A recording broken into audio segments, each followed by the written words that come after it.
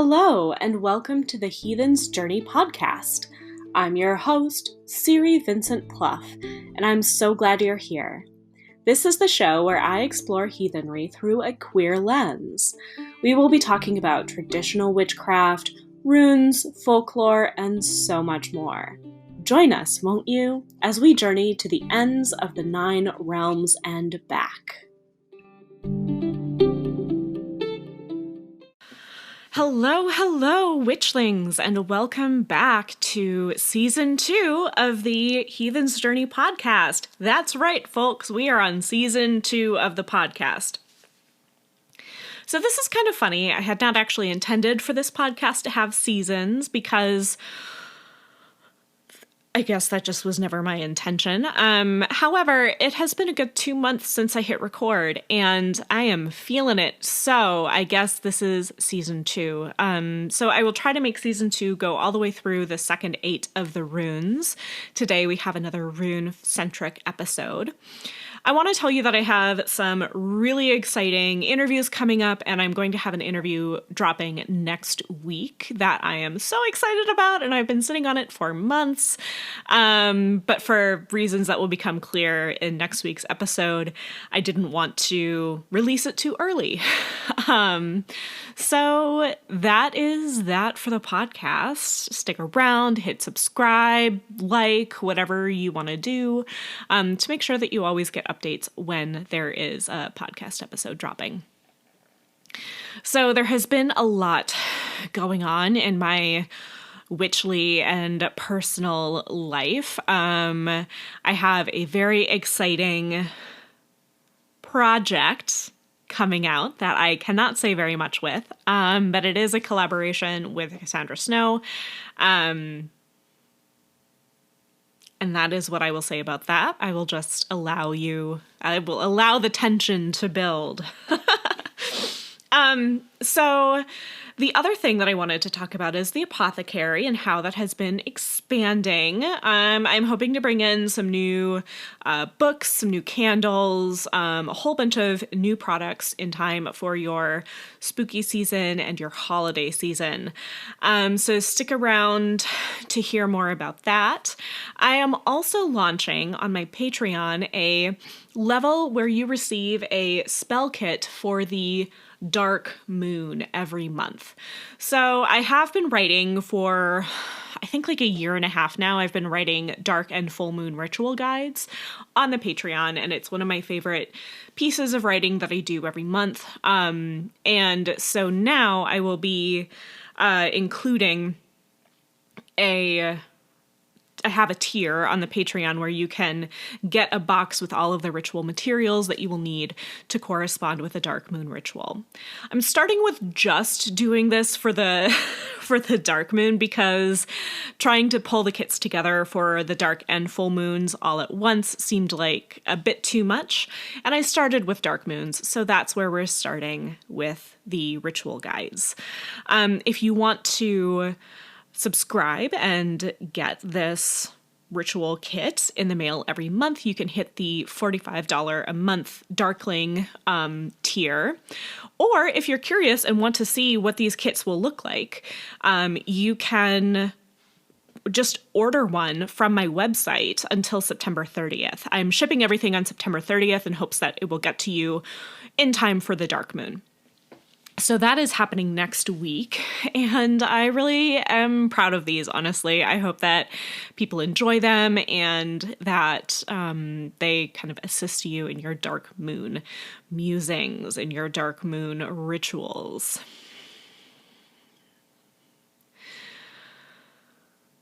So that's about it for that. You can find everything at either patreon.com/northernlightswitch or at my website, which is northernlightswitch.com.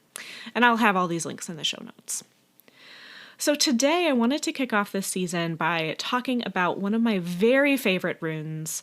It is the Gyfu rune. So this is one of my favorite runes because it is in this rune where we start to crack open and get to the soft underbelly of heathenry. From the outside looking in, the Norse pantheon is particularly brutal. Vikings were brutal conquerors who sacked cities whose reputation as violent barbarians preceded them. But the Vikings, the ones who went raiding, are only a certain time period and only a specific set of people who were a part of the Norse culture. There's this imagination of Viking Age, Nordic people that kind of builds the aesthetic for a lot of heathens or a lot of people thinking about Norse paganism. And that's cool, but it's also just like such a small period of time. I think the Viking Age technically is only 300 years. I will correct myself in a future episode if I'm wrong about that. But that really puts it into perspective, just how short this period of time was. And even within that, there really was only a specific set of people who went Viking. The vast majority of heathens did not go Viking, but rather tended to their farms. Throughout the Eddas, there are reflections on ethics and morals, what is right and what is wrong. Yes, the world of the Norse was brutal, but there are stanzas and stanzas about proper behavior, about being conscious of others' needs, about the importance of social gestures. The Havamal, or Sayings of the High One, is a lesson in wisdom, etiquette, and decency toward one another. On our journey so far, we have focused on communication, abundance, protection, all those things that work on a very personal level. Gyfu is one of the first runes that really talks about how to act in community. It is the rune of the gift. Reciprocity and mutual aid played an essential role in the Norse world. The Havamal is filled with stanzas about the proper etiquette of gift giving, a sign of just how essential gifting was to this culture. Gyfu teaches us that we need to be generous with what we have, but that we also need to get our own needs met first. Gyfu as a sort of rehabilitative rune. You are always supposed to treat strangers as if they were the gods, because they might just be Odin in disguise. The Eddas teach that wealth is not to be hoarded. Rather, it is meant to be shared. There were even certain laws in Norway and Sweden that the household was supposed to have hired all help for the winter by October 14th. That way, if someone was not attached to a household, they could be assigned to one to be kept from the cold. The community survived through mutual aid and reciprocity before capitalism took over. So that is a really interesting practice that we studied in the Primstav study group back in, the episode where I had Sara Axtell on the podcast. We talked about this. And it's basically just this idea that you want everyone in the community to have a place, a household, and a job before the winter hits. And so there would be, community decisions made about like who goes where. And also that sort of intense hospitality of, taking in strangers, particularly in a harsh climate. This was really essential. And it truly is only through mutual aid that the community was able to survive. But first, let's talk about the rune itself. In a reading, Gyfu can refer to contracts, agreements, alliances, as well as gifts and endowments. It is a rune that is often used in magic for abundance, with the idea that it will draw gifts to you. This is actually a bit of a capitalist rewriting of the rune itself, a modernization that doesn't sit well with the spirit of Gyfu. The rune is actually about the reciprocity of gifts. It is a covenant, the understanding that if I received a gift, I will give it forward. In a way, Gyfu acts as an oath. When you use this rune in your spellcraft, you are essentially saying that, yes, I am asking for something specific, but I plan to give back to the ancestors' gods community. So this model of reciprocity is essential. And this is how I think Gyfu and Manas, which is a rune we will talk about later in this series, work together. Gyfu looks like an X. It is two staves of equal length crossed. And Manas is a rune that basically looks like an M, but there are the two staves crossed in the middle. So Manas is the rune for community. And so it is only through Gyfu that rune comes together. So Manas and Gyfu kind of together act as a way of instructing us on how to act in community. Gyfu therefore instructs us to use the gifts we are given for the greater good. This is how Gyfu represents not just gift giving, but also social contracts. These are contracts that we make with one another for the better of the community. There's perhaps some sacrifice in the gift giving. It's the important thing to note about Gyfu is that when we are truly in Gyfu, these sacrifices are nothing more than you can afford to lose. So patriarchal norms of, women being compensated unfairly in the workplace, that is not a Gyfu practice. That is not social reciprocity. That is not a truly reciprocal community. So while Gyfu can sometimes represent a voluntary sacrifice of wealth, resources, and time to whatever you hold sacred, it often represents asking when those things are denied to you, but they are given to others. So Gyfu and Manas together can help us to understand contracts and negotiations, negotiating for what we really need. Because Gyfu teaches us that we need to have our needs met first, and then we can give of ourselves. Another important lesson of Gyfu is learning to receive with grace. This is very often difficult for people, particularly when you have trauma around money or any baggage about money and your worth. Gyfu asks you to soften, to recognize your inherent worth. When people give you something, it is a sign of love. They want you to have what you need. They want you to have your desire. The understanding in rune work is that when you have what you need, you will help to provide for the people around you. Both giving and receiving with grace are essential aspects of the queer experience. When family abandons us, we need to find networks of our own support. Gyfu shows up in this way. It helps us and holds us as we build new structures. Learning how to ask for what we want can be difficult, especially if what we want, how we want, has been denied us for so long. Gyfu is a balm, a healing rune that tells us our desires are valid. Gyfu reminds us that we all have gifts to share. Heathenry has a huge emphasis on ancestor work, and I have been doing much more of this recently. We inherit the legacies of our ancestors, but our lives are also built around the choices we make. While we may start in an unequal position throughout our lives, we are in constant exchange of resources, trade, time, love, and community. A gift received demands a gift given. A gift is an oath to that person, a signal that yes, you are on the right path. I respect you. And I also know that we are in this together as one society. In the Norse tradition, you do not get a gift without giving a gift.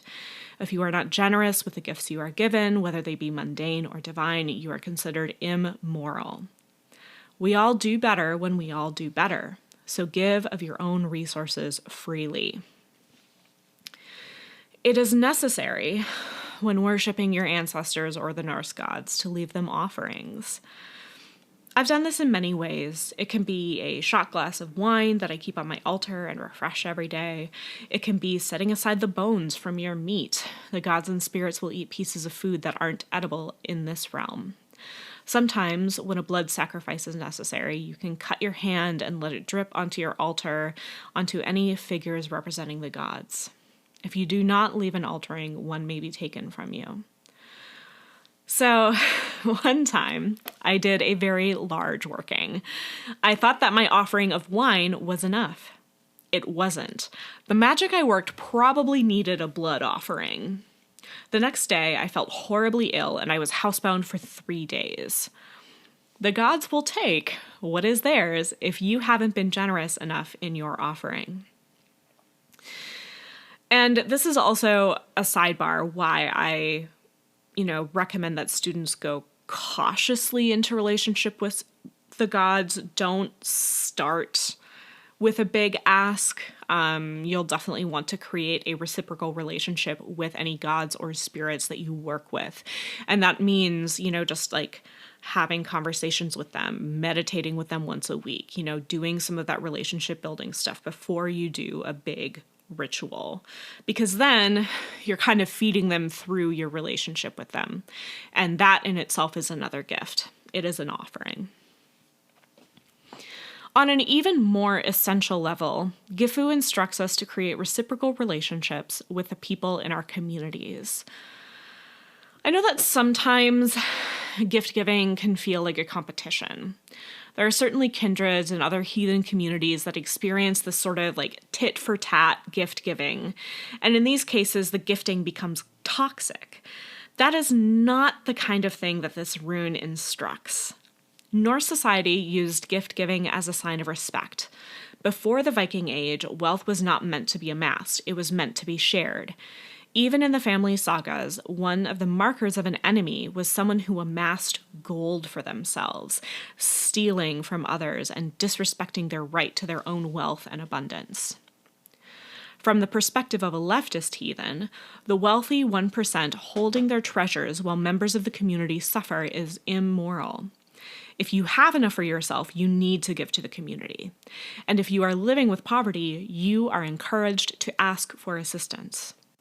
That's part of why I want to bring forward this quote from the Anglo-Saxon rune poem. Giving to all people brings credit and honor, help and worthiness, and to every outcast is the estate and substance that have naught else. I'll repeat that because it's juicy. Giving to all people brings credit and honor, help and worthiness, and to every outcast is the estate and substance that have naught else. It is essential to ask for help from your community, from the ancestors, from your gods, and heathenry makes room for the asking specifically. There is a sense that what goes around comes around. That if you are in need of help now, you will be able to help others later. This is the true reciprocity. It's not tit for tat. It's not that you need to immediately give back to the person who gives you a gift. It is that you will remember them and you will gift them something beautiful or honor them in some other way later. Growing up in a farming community, you still see this to this day. So my parents live really rural, and they have whole networks of people who can help them with specific things. They've found people to help them with fixing things around the house. They've found auto mechanics, driveway repair. There's somebody in their community who raises sheep, so they were able to get sheepskins. They've had help seeding the fields. The list goes on and on. So this kind of network still exists today, and it still exists not just in rural communities, but also in urban communities. One of the things that I have missed the most since the pandemic started is communal experiences like potlucks. So I was reading a book this morning, and there was a barn raising in the book. All of the people in the village got together to work on this project, with people cooking in the kitchen to keep everyone fed. Now, I can't lie to you and say that I have participated in many agricultural group projects, but this sense of community coming together to work towards a shared goal is something that I miss in my bones. I've been thinking about this a lot lately, in particular because this is the autumn equinox week. So a lot of harvest fests are happening now, and a lot of ancestor activity around kind of getting yourself and your community ready for winter. I know that my ancestors have been a little bit urgent about connecting with other people, about my need to connect with other people about these things. And we still kind of feel that, I think, even in our modern era. So I think it's interesting that now we are at a time when we are living through a collective crisis. And the best thing we can do for our communities is to stay home. The pandemic is still happening, y'all. It is still important that we distance, that we only meet in person outside. Social distancing and isolation is an act of community aid, while at the same time, it is keeping us separate from everyone else. It's a catch-22 and one that my brain and body still struggle with. However, understanding that this is a need and that our continued isolation and social distancing and getting the vaccine and all of this, seeing this as mutual aid, as giving gifts to one another, as keeping one another safe, is kind of the only way to get through this. Of course, the last 2 years have also highlighted the need for increased networks for mutual aid.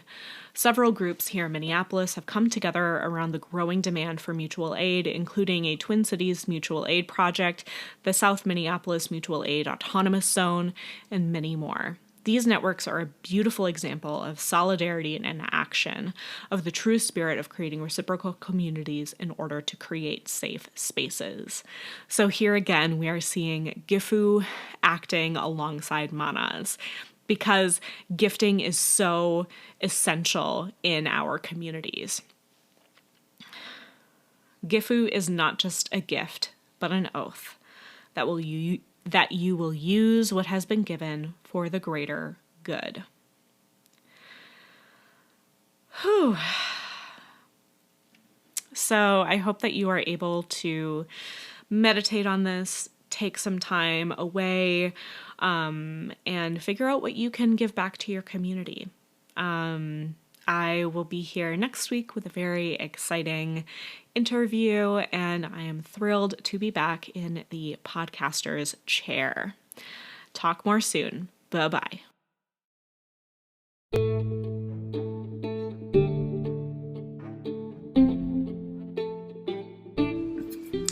And that is it for today's episode of the Heathen's Journey podcast. A huge thank you and shout out to all of my students and patrons for making this work available. If you want to become a patron and support the podcast, head on over to patreon.com/northernlightswitch. I post full moon and new moon ritual guides, rune readings for each of the turning of the zodiac season, and so much more. If you would like to follow me in between episodes, you can find me on Instagram at northern.lights.witch or on Twitter at northlightwitch. Until next time, stay weird.